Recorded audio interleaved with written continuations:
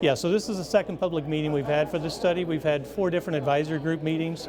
We've looked at different alternatives, had our advisory group help to whittle those down to some alternatives that we can carry forward with this planning and environmental linkages study. So what kind of timeline are we on then? What's the next step? Yeah, the timeline for the study itself, we should be done with the study. The public engagement should be done this evening. We'll do some coordination with Federal Highway Administration, and our final study should be wrapped up by the end of this calendar year. We don't have any funding for some of the improvements that we're looking at tonight for these various improvements, but we'll look to get funding for some of these as funding will become available and what's viable. Ballpark for, I guess, the entire wish list of the project, $75 million, but there are options to do scaled down versions if that's what it takes? Correct. Yeah, we could piecemeal some of these individually, whether it's a bypass of Marblehead or whether it's a splitting, decoupling 3rd and 4th Street in Quincy. We could do some of these separately as individual projects and not look at the whole 13 miles all at once. Why is this an important project, and why do you think the people of Quincy, who are in the advisory group and the leadership of the community, want this? Right, this was identified during Quincy's regional transportation plan as an area of concern. So we wanted to look and see what we could do to facilitate a more safe environment on Illinois 57 for all modes of traffic. Okay. And I guess finally, again, no funding yet for this, so there's really not a date where, what's the next process, and how do we get this thing to where we would be looking at a real good chance of getting the dirt turned and all that? Right, so with IDOT it's normally a 3-phased approach. We do an engineering study, then we do the design, and then we move to construction. This is really pre-phase 1, so this is just an environmental linkages study, but it does go into the environmental aspects a little more than just a feasibility study would, so we'll have a better starting point if we do give money to start the phase 1 engineering study. Yeah, no, I'm quite pleased. Even before 4 o'clock there was a line, people coming in, so yes, I'm very happy with the people showing up. We talked to the folks at IDOT, and of course, again, we're still in the study phase of this.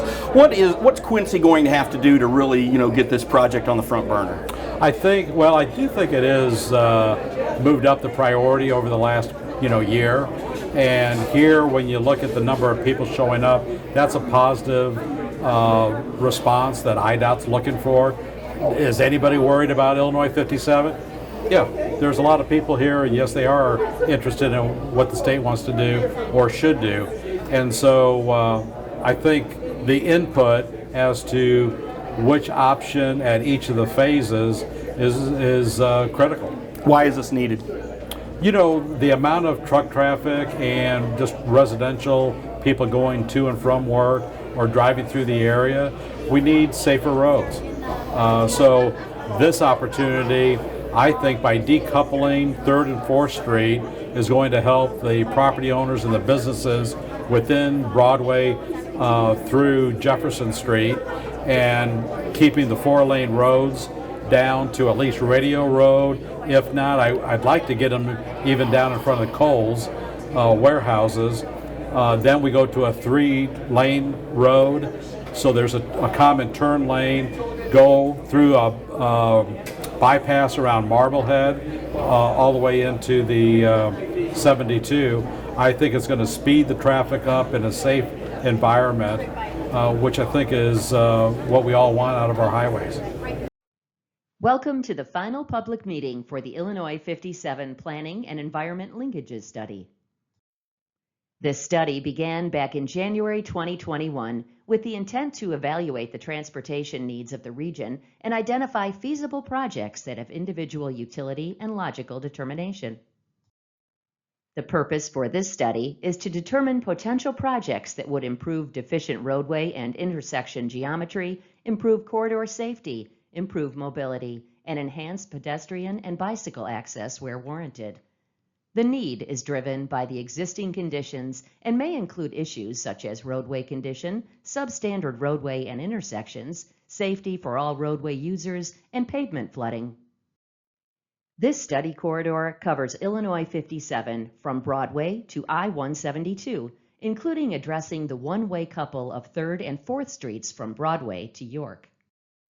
As you may recall, we are evaluating this corridor in 3 distinct sections: urban from Broadway to Payson Avenue, suburban industrial from Payson Avenue to 24th Street, and rural from 24th Street to the I-172 interchange.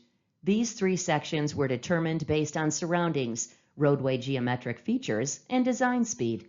At today's meeting, you will learn about the alternatives explored for each of the sections. A community advisory group made up of 40 individuals, including residents, organizations, and businesses in Quincy, was formed at the start of this study. This group met 4 times throughout the process. At the first meeting, in June of 2021, participants were provided information on the existing conditions, and they informed the team their issues and goals for the corridor. The second meeting, in October 2021, had the members drawing their ideas for improvements. The next meeting, in March of 2022, presented the first round of alternatives for the members to comment on. The final meeting was held in July of 2022 to discuss the results of the alternative screening and the alternatives to carry forward. Next, the alternatives and the evaluation results will be presented. Multiple alternatives were developed for each section of the corridor. Each of the alternatives was then screened to determine if they met the purpose and need, followed by feasibility, design, and environmental considerations. There were many factors that made up the evaluation criteria, and alternatives could be eliminated at any step in the process. The screening reviewed traffic, transportation, and engineering, as well as socioeconomic, land use, and natural and cultural resources. The evaluation criteria was also mindful of the new data-driven decision tool that IDOT will use to select future projects. 3 alternatives were developed for the urban section from Broadway to Payson Avenue. The first urban alternative is U1. This alternative would upgrade the existing conditions, including resurfacing, sidewalk improvements, ADA ramps, and crosswalk improvements, and necessary intersection improvements based on a traffic study. The current traffic configuration of southbound traffic on 3rd Street and northbound traffic on 4th Street would remain the same. Alternative U2 includes decoupling 3rd and 4th Streets, providing 2-way traffic on each of them. 3rd Street would continue to be a regional road, while 4th Street would become a city street.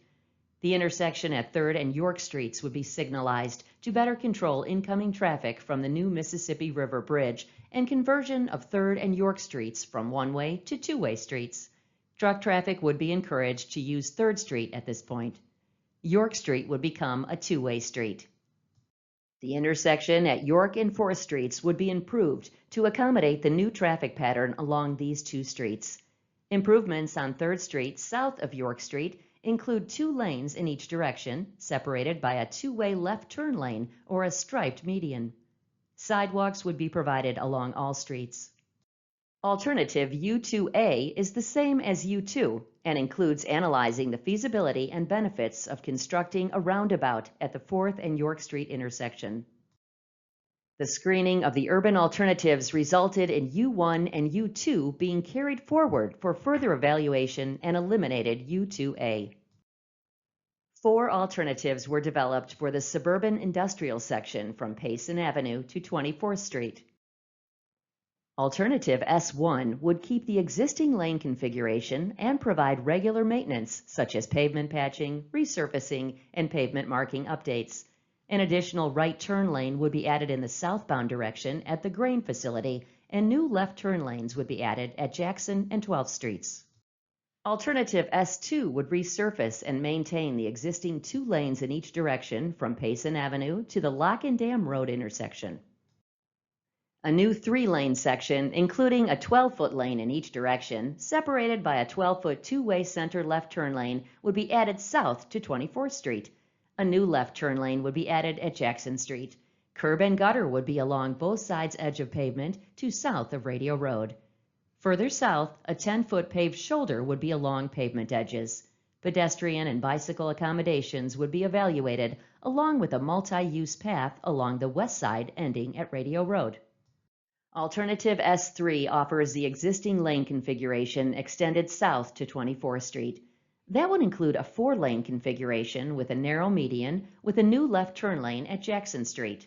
Curb and gutter would be installed along both sides edge of pavement to south of Radio Road, and a 10-foot paved shoulder would be added further south. A multi-use path would be added along the west side ending at Radio Road. Alternative S4 would provide 2 lanes in each direction, separated by a 2-way center left turn lane to south of Radio Road and 1 lane in each direction, separated by a 2-way center left turn lane south to 24th Street. Curb and gutter would be along both sides edge of pavement to Radio Road. Further south, a 10-foot paved shoulder would be installed. A multi-use path would be added along the west side ending at the Radio Road intersection. The screening of these alternatives resulted in S1 and S2 being carried forward for further evaluation and S3 and S4 being eliminated. 5 alternatives were developed for the rural section from 24th Street to the I-172 interchange. Alternative R1 maintains the existing lane configuration with resurfacing from Marblehead to I-172, upgrades shoulders, and adjusts the roadway profile and geometry to reduce local flooding issues. Additionally, left turn lanes would be added at 24th Street and East 900th Street. Alternative R1A is the same as R1, with the addition of a Marblehead bypass on a new bridge to the west of the existing road. Alternative R2 is called a Super 2 alignment.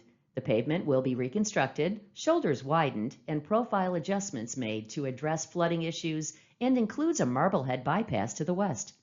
The basic lane configuration will remain 1 through lane in each direction and will incorporate a center lane that periodically acts as a passing lane, alternatively in the northbound or southbound direction. This will allow motorists to safely pass slower moving vehicles. Major intersections will be analyzed to see if additional turn lanes are needed. Alternative R3A is a new 4-lane high-speed expressway immediately to the west of the existing roadway. The existing lanes would be utilized as a frontage road. The 2 sets of directional traffic lanes will be separated by a wide 50-foot grass median. The interchange with I-172 will be modified to account for the 4 lanes on Illinois 57. A Marblehead bypass to the west will be included. Alternative R4 will also expand to a 4-lane expressway, but on a new alignment as a complete bypass further to the west, partially along an existing utility easement.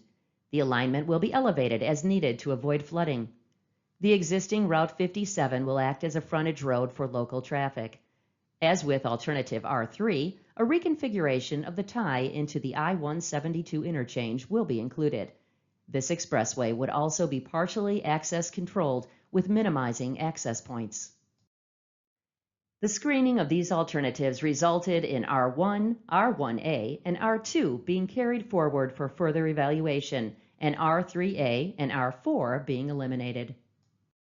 Overall, this study is recommending 7 alternatives be carried forward for further evaluation.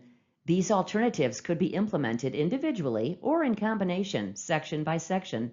Maps of the alternatives, along with details of the screening results, are available for review in the exhibit room. It is important you review the alternatives closely and pay attention to the impacts to buildings, parking spaces, and land. This Pell study is nearing completion. All comments received today and through September 16th will be included in the final Pell report that will be released at the end of the year. The next step in the process would be to evaluate these alternatives further when the study advances through Phase 1. Thank you for your participation. Please exit to the next room to view the exhibits and speak with team members. This presentation will begin again momentarily.